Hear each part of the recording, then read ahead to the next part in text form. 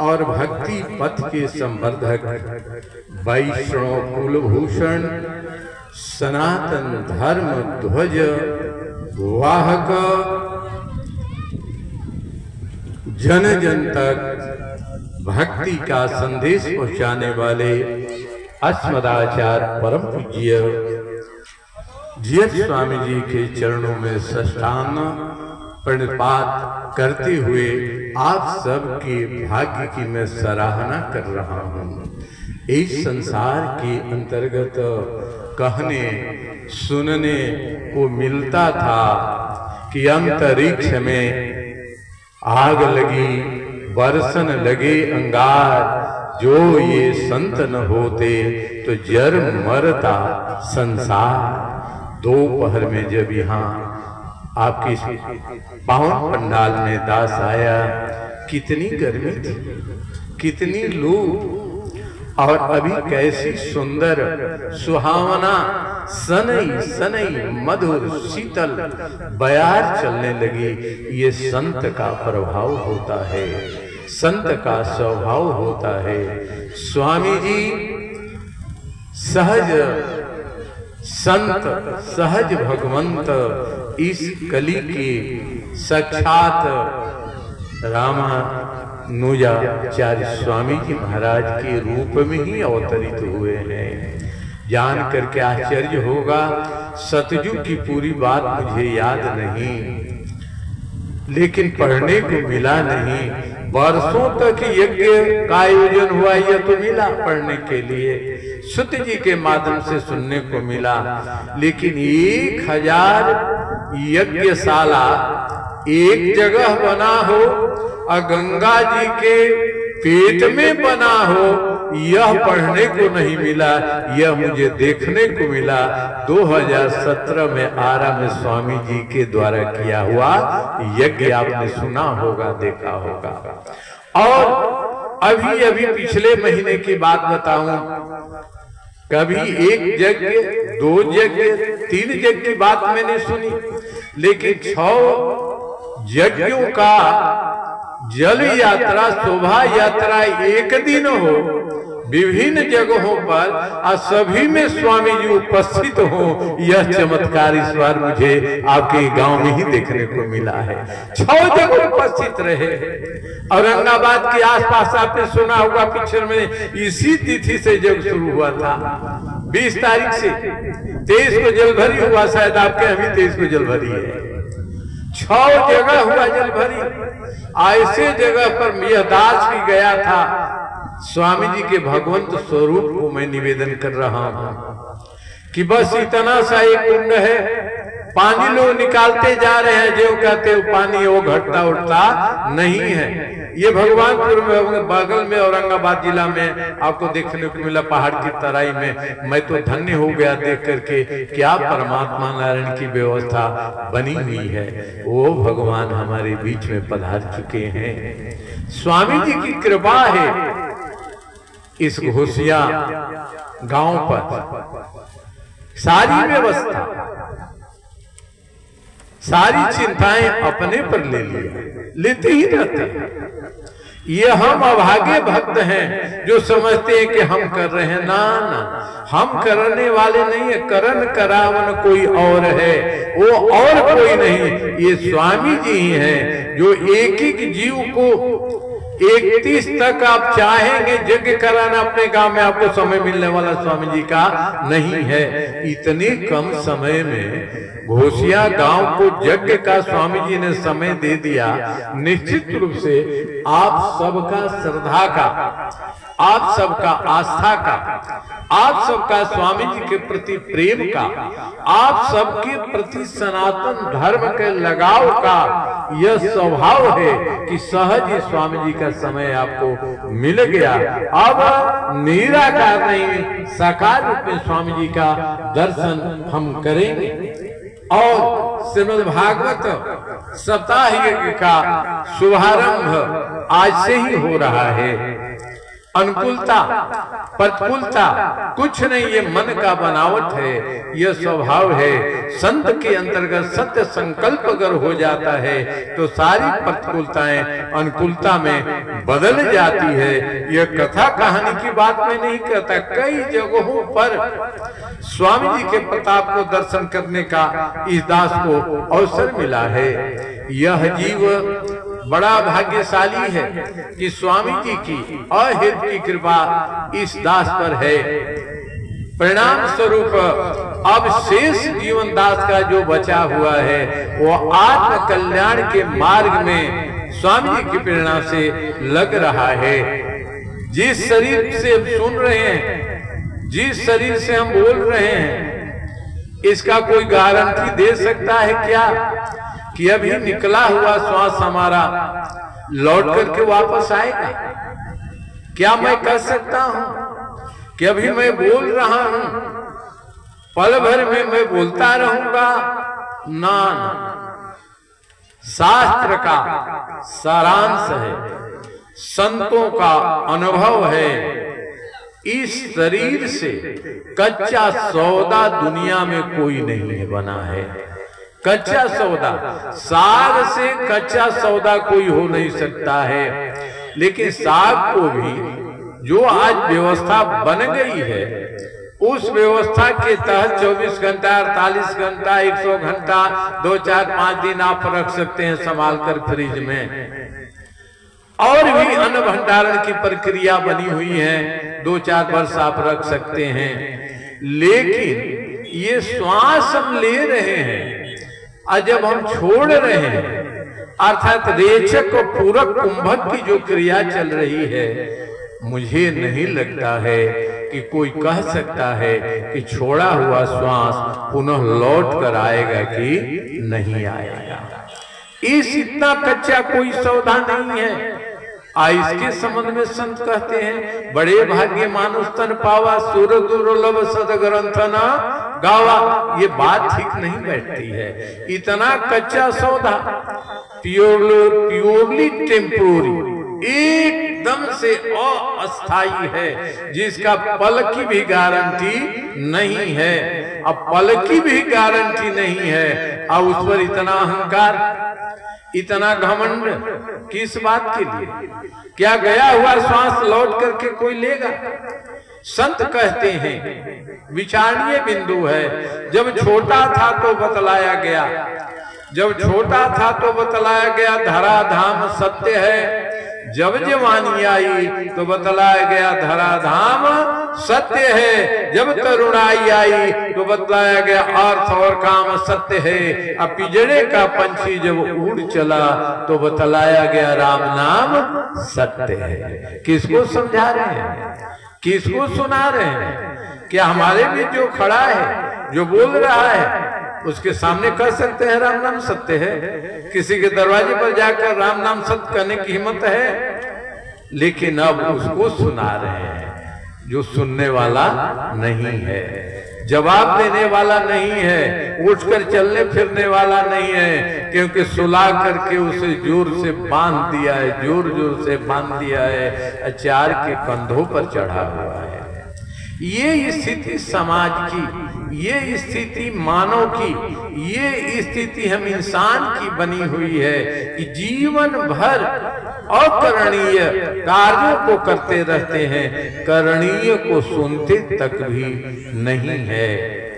ये हमारी स्थिति बनी है कि जो नहीं करना है वह करते हैं, जो करना है नहीं करते, जो कहना है नहीं कहते, जो नहीं कहना है उसे कहते हैं, जो छुपाना चाहिए उसे प्रत्यक्ष करते हैं और जिसे प्रत्यक्ष करना चाहिए उसे छुपा कर रखते हैं। ये संसार के अंतर्गत हम जीवों की ये दशा बनी हुई है। क्या छिपाना चाहिए, क्या प्रकट करना चाहिए, इसका उत्तर देने वाला सदग्रंथ का नाम श्रीमद् भागवत है। क्या करना चाहिए, क्या नहीं करना चाहिए, इसके संविधान का नाम श्रीमद् भागवत है। कहाँ जाना चाहिए, कहाँ नहीं जाना चाहिए, इसके डिक्शनरी का नाम श्रीमद् भागवत है। किससे मिलना चाहिए, किससे नहीं मिलना चाहिए, इसकी घड़ी की सुई का नाम श्रीमद् भागवत है। कब कहाँ जाएं, कब कहाँ नहीं जाएं, इसको बताने वाला सुंदर शब्दावली का नाम श्रीमद् भागवत है। किससे संबंध रखें, किससे नहीं रखें, इसके मिलाने वाला विधान का नाम श्रीमद् भागवत है। कब किस दिशा में जाएं, कब किस दिशा में नहीं जाएं, इसको संचालित करने वाला संचालिका का नाम श्रीमद् भागवत है। यह श्रीमद् भागवत 7 दिन में ही सुनने का विधान बनाया गया है। 7 ही दिन क्यों, कभी विचार किया है? ये श्रीमद् भागवत 7 ही दिन में सुनने की व्यवस्था क्यों बनाई गई? उत्तर संक्षेप में आज जो भी बात करूंगा शुद्ध रूप से सूत्र में मैं बात करूंगा। सूत्र में विस्तार अगले दिन। सूत्र में 7 ही दिन क्यों?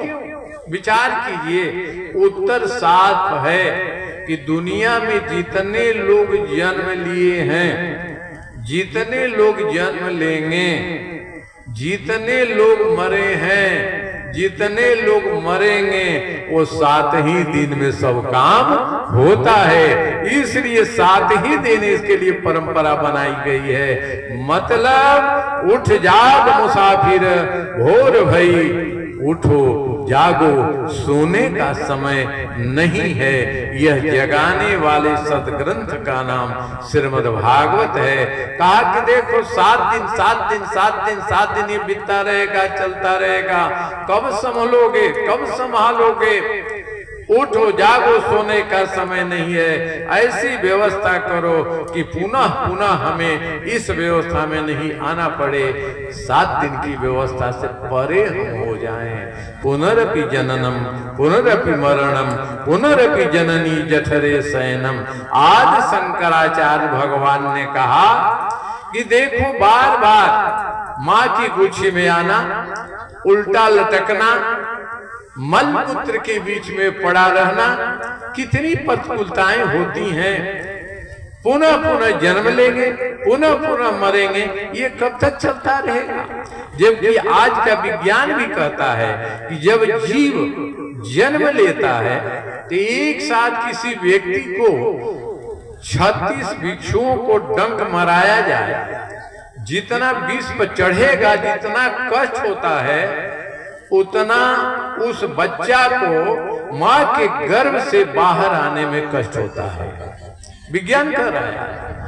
और जब प्राण निकलने लगता है तो 72 भिक्षुओं को डंक मराया जाए, और जितना कष्ट चढ़ेगा, विष चढ़ेगा, उतना मरते समय जीव को कष्ट होता है। इसीलिए जब प्राण निकलता है तो लोग मल मूत्र तक भी विसर्जन कर देते हैं।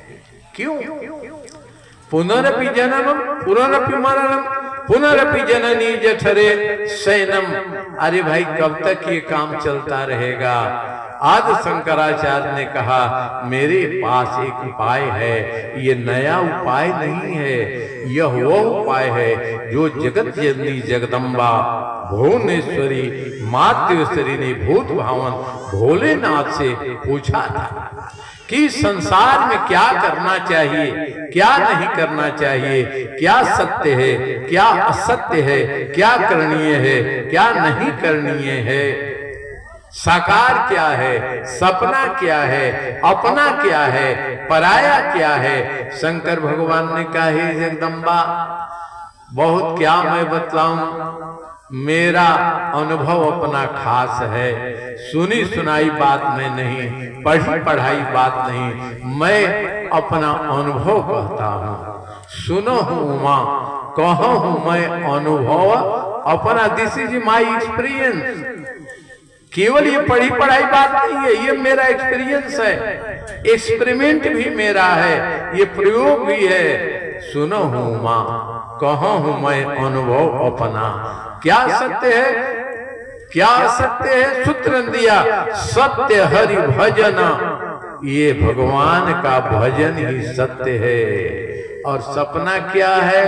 जगत, यह संसार जो देख रहे हो यह सपना है, यह तेरा नहीं है। सत हरि भजन जगत सब सपना कहो मां मैं अनुभव अपना। यह मेरा अनुभव, ये संसार किसी का नहीं हुआ है, वो मेरे माई बाप, ये संसार किसी का नहीं हुआ है। विचार करेंगे, संसार में 99 काम किसी का आप कर दीजिए, एक थोड़ी सी चूक हो गई 99 को धो डाल देता है। दूसरे की बात क्या करेंगे भाई? आज के समाज की पीढ़ी तो ये बन गई है कि अब हमारी संतानें भी माता पिता से कहने लगी हैं कि आपने मेरे लिए क्या किया है। अपनी पत्नियां भी पति को कहने लगी हैं कि आपने मेरे लिए क्या किया है। विचार कीजिए, पति आखिर करता किसके लिए है? बाप करता किसके लिए है? अच्छा कर्म कहिए, बुरा कर्म कहिए, जो भी तो अपने लिए करता है, लेकिन जिसके लिए आप कर रहे हैं वही प्रश्न कर रहा है कि आपने मेरे लिए क्या किया है। ये श्रीमद् भागवत सबका उत्तर का नाम है। श्रीमद् भागवत प्रश्न नहीं, श्रीमद् भागवत उत्तर है। श्रीमद् भागवत समस्या नहीं, श्रीमद् भागवत सभी समस्याओं का समाधान है। श्रीमद् भागवत सभी प्रकार के रोगों का इलाज का नाम श्रीमद् भागवत है। दुनिया में ऐसी कोई बीमारी नहीं है जिसका इलाज श्रीमद् भागवत में नहीं वर्णन किया गया है। दुनिया में कोई ऐसी समस्या नहीं जिसका समाधान श्रीमद् भागवत में न हो। प्रश्न है, भागवत की शरणागति हो कैसे? श्रीमद् भागवत को समझे कैसे? स्वामी जी का यह अभियान है, घूम घूम करके सबको इस तथ्य को बताना है।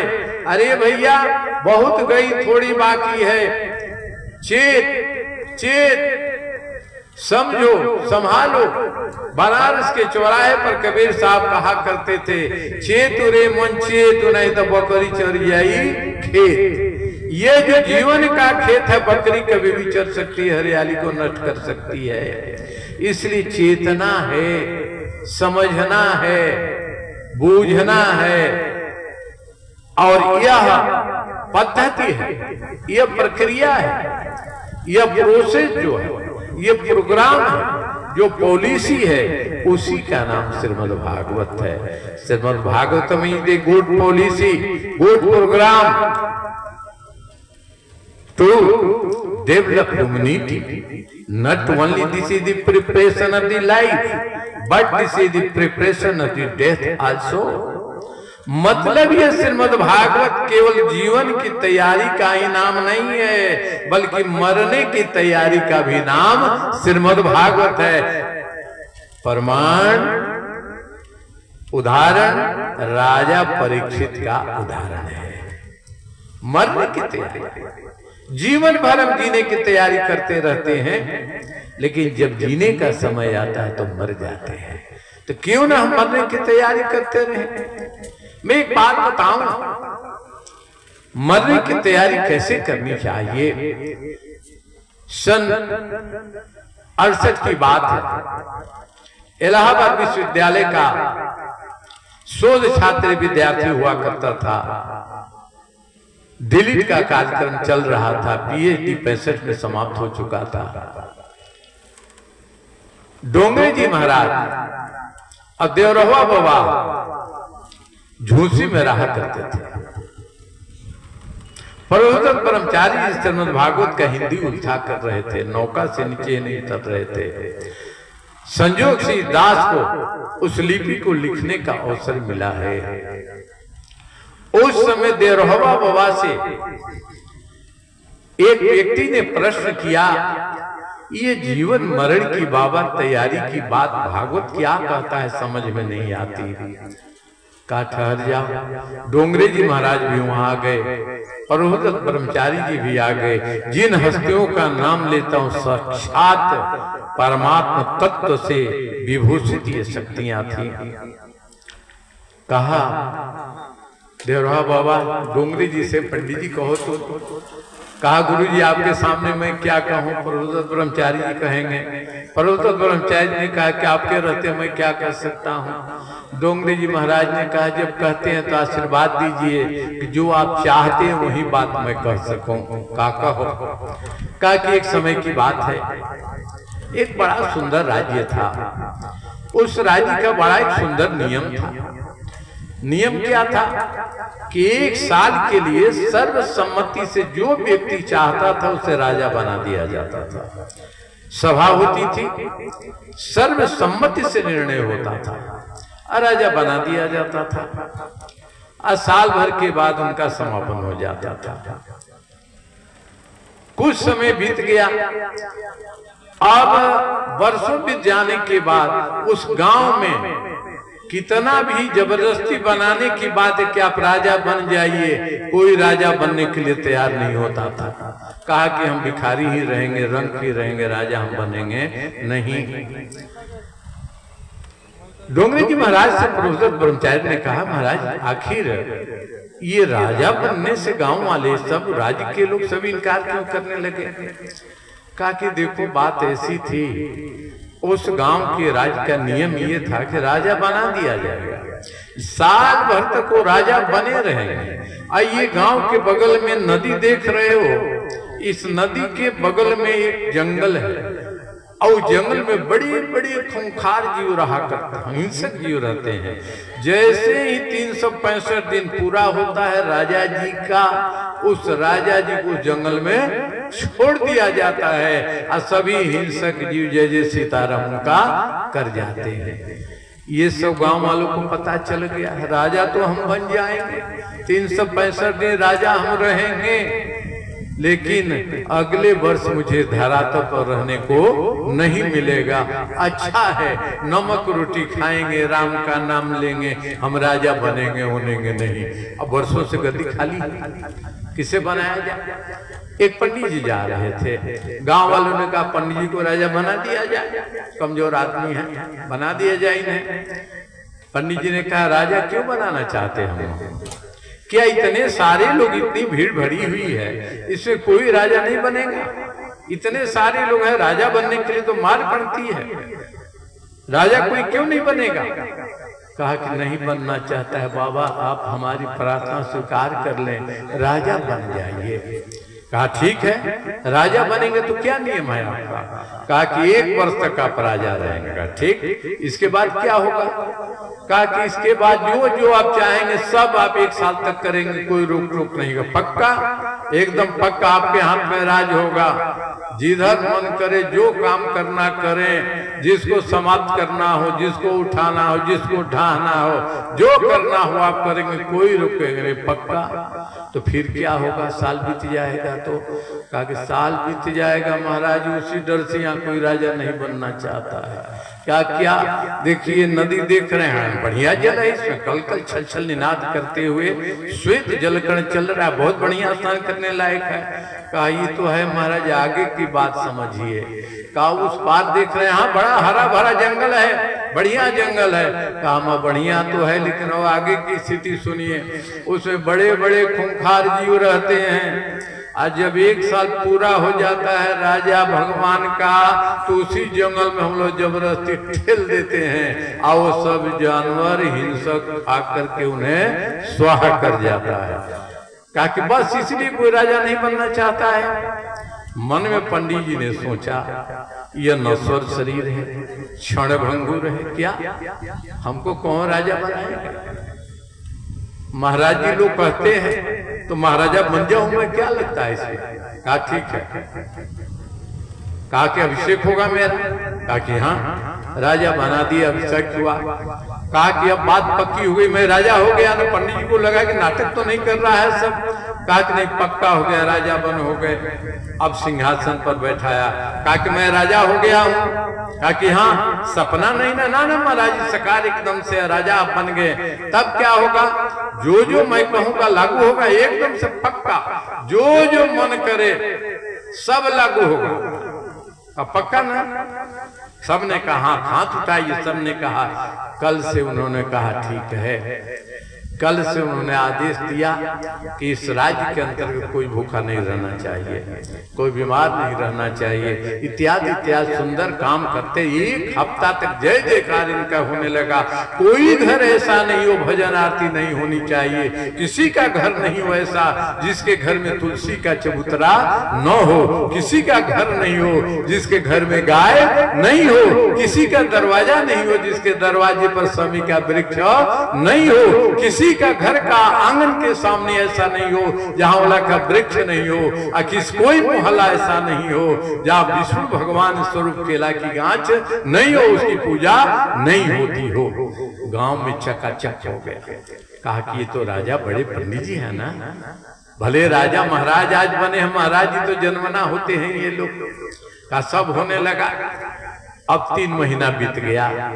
अब 3 महीना बीत गया तो उन्होंने टेंडर निकाला बहुत बड़ा। कहा कि 1 महीना में नदी के पार वाला जंगल को काट कर साफ कर देना। टेंडर निकल गया। 1 महीना में जंगल कट करके साफ हो गया। अब कहा जैसे हमारी इस नदी के पार राजधानी में जब मैं रहता हूँ 3 महीना में ऐसा ही महल बन करके तैयार हो जाना चाहिए। तैयार हो गया। कहा जितनी सारी सुविधाएं हैं ऐसी सुविधाएं सब हो जानी चाहिए। अब पूरा 9 महीना बीत गया। और जब बीत गया तो महाराज जी ने मीटिंग बुलाई। मीटिंग बुलाकर कहा देख भाई, आप लोगों ने 1 साल का मुझे अवसर दिया था कि 1 साल के बाद वहां जाएंगे। अब हम चाहते हैं कि अपना राज्य आप लोग ले लीजिए और नदी पार मुझे जाने दीजिए। गांव में जितने सभासद ने कहा महाराज जी अब इस पार रहिए या उस पार रहिए, अब अंतर क्या है, जैसा है हाँ वैसा वहां। मतलब क्या है? मतलब इसका ये है कि संसार में राजा बन करके हम आए हैं। बड़े भाग्यमान तन पावा, सूर दूर लब सद ग्रंथन गाव। एक नहीं सबने कहा बड़े भाग्य से हमने पाया है। बड़े भाग्य से मतलब क्या है? 84 लाख योनियां हैं। 84 लाख योनि में जितनी योनियां 83,99,999 योनियां जो हैं वो अपने अपने कर्म के अनुसार मिलती है। कर्म का क्या मतलब? जैसा कर्म करेंगे वैसा भुगतेंगे, जैसा कर्म करेंगे वैसा अगला जन्म मिलेगा। प्रमाण अंते या मति सागति। इसका उदाहरण इसी श्रीमद् भागवत के अंतर्गत वर्णन है। भरत महाराज की कथा जो ऋषभ कुल में उत्पन्न हुए थे, हिरण के बच्चा बनकर जन्म गए। एक भी बात शास्त्रीय मन से मैं नहीं कहूंगा। अब बिना प्रमाण की कोई बात नहीं कहने का प्रयास करूंगा मैं। अब कहा कि बड़े भाग्यमान उत्तर पावा 83,99,999 योनि अपने अपने कर्म के अनुसार, सुकर में, कुकर में, बैल में, कुत्ता में, घोड़ा में, घोड़ी में इत्यादि में जन्म कीट पतंग में होगा अपने कर्म के अनुसार। लेकिन मानव का तन अपने कर्म के अनुसार मिलता नहीं है। कहिए कि प्रमाण इसी श्रीमद् भागवतम का प्रमाण लेकर गोस्वामी जी ने रामचरितमानस में लिखा। नाना पुराण निगमागम सम्मतम अन्य क्वचित अन्य तो भी लेकर लिख दिया। उन्होंने कहा क्या कहा? बड़े भाग्यमान उत्तन पावा।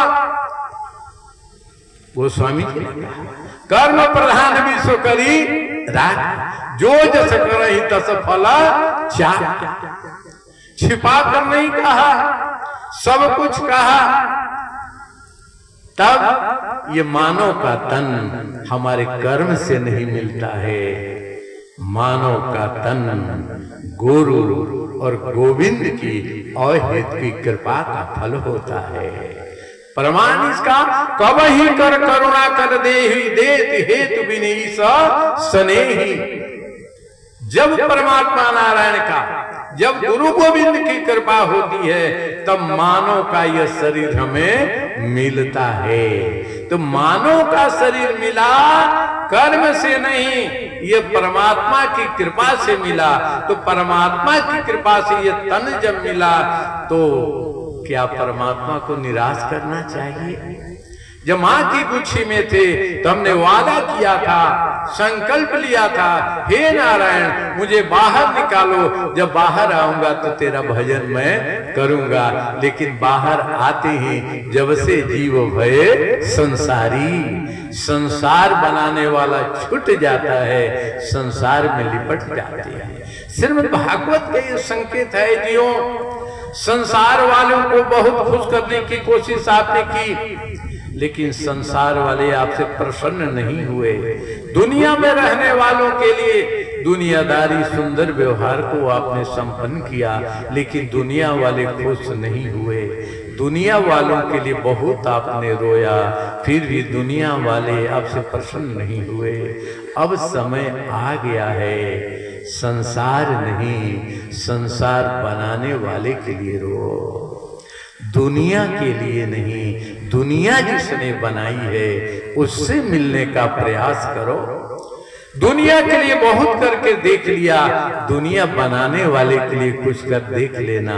वो उधार नहीं रखता है, बाकी नहीं रखता है, भूलता नहीं है, बड़ी याददाश्त उसकी तेज है। प्रमाण इसी सदग्रंथ का विचार करेंगे। दुर्वासा जी महाराज स्नान कर रहे हैं, उसी घाट के बगल में द्रौपदी मैया स्नान कर रही हैं। संयोग से स्त्री पुरुष घाट अलग होते हैं। द्रौपदी मैया की दृष्टि गई, दुर्वासा जी जल से निकल नहीं रहे हैं। जब कितना देर जल में कभी रहते नहीं, अर्घ सूर्य को दे दिया, निकलना चाहिए, निकल लगा कुछ न कुछ बात है, मन की बात प्रेरणा हो जाता है। बात द्रौपदी मैया ने अंचल से थोड़ा सा निकाला, टुक पानी में फेंक दिया। संयोग ऐसा था दुर्वासा की लंगोटी बह गई थी, उसी के अंग रक्ष करके लंगोटी पहन करके बाहर आए। अब दुर्वासा जी वही प्रेरणा करके जब चीरहरण होने लगा तो भगवान को प्रेरणा दिया कि चीर अवतार लेना पड़ा। दूसरी भी कथा आप जानते हैं, जब द्वारकाधीश की रक्षा की थी द्रौपदी ने, तो भगवान याद रखते हैं, एक कण एक सुता भी देते हैं तो वह देना कभी भूलते वह नहीं है। परमात्मा नारायण इतने कर्तुम अकर्तुम अन्यथा कर्तुम कृपा सिंधु हैं, दया सिंधु हैं, दीन बंधु हैं, गरीब निवाज हैं। यह जान करके जीवन की शरणागति जैसे हो जाता है सब कुछ पा जाता है। हमारा सनातन ही है जिसमें परमात्मा नारायण की ये घोषणा है, अरे जीवो दुनिया का चक्कर में क्या पड़े हो, ये दुनिया धर्मशाला है। इस धर्मशाला में एक आता है एक जाता है, यह रीति है नीति है, प्रीत की रीत छोड़ो, यह असली नहीं है। असली जो तुम्हारा है उसका संबंध बना करके रखो। अब परमात्मा एक घोषणा करता है कि देखो मैं तुम्हें वचन देता हूँ, तुम एक बार मेरे शरण में आ जाओ, तुम्हारा कल्याण कर दूंगा सदा के लिए। सर्वधर्मान प्रत्यज्य मामेकम शरणम ब्रज अहम त्वा, कहा मेरे शरण में आ जाओ। जीव कहा अगर मैंने पाप किया हूं तब कैसे करेंगे, उसका चिंता छोड़ दो। सर्व धर्मान प्रत्यज्य मामेकम शरणम अहम त्वा सर्व पापेभ्यो मोक्षयिष्याम मा शुच, उसका निपटाना मेरा काम है। गोस्वामी जी ने श्लोक को अपने रामचरितमानस में लिखा, सनमुख जीव हुई महि जबहि जन्म कोटि अघनासहि, तबहि जैसे ही जीव परमात्मा की तरफ पैर बढ़ाता है, सारे कल्प कल्पांतर के जन्म जन्मांतर के संचित प्रारब्ध कर्म सभी समाप्त हो जाते हैं। ऐसे दयालु ऐसे कृपालु परमात्मा नारायण की दिव्य पावन सुंदर नाम रूप लीला धाम का समन्वय स्वरूप का नाम श्रीमद् भागवत है। अब इस श्रीमद् भागवत है क्या, थोड़ा सा इसको संक्षेप में परिचय जानने का हम काम करें। ये श्रीमद् भागवत और कुछ नहीं, ये परमात्मा नारायण का वांगमयी स्वरूप है। यह श्रीमद् भागवत भगवान ही है। महात्मा खंड में ये वर्णन आता है कि ये परमात्मा नारायण श्रीमद् भागवत में ही प्रभात क्षेत्र की कथा में आती है कि जब परमात्मा नारायण तो वेद लोग याद कराते हैं कि अब साकेत में चलने का आपका समय हो गया, चलना चाहिए।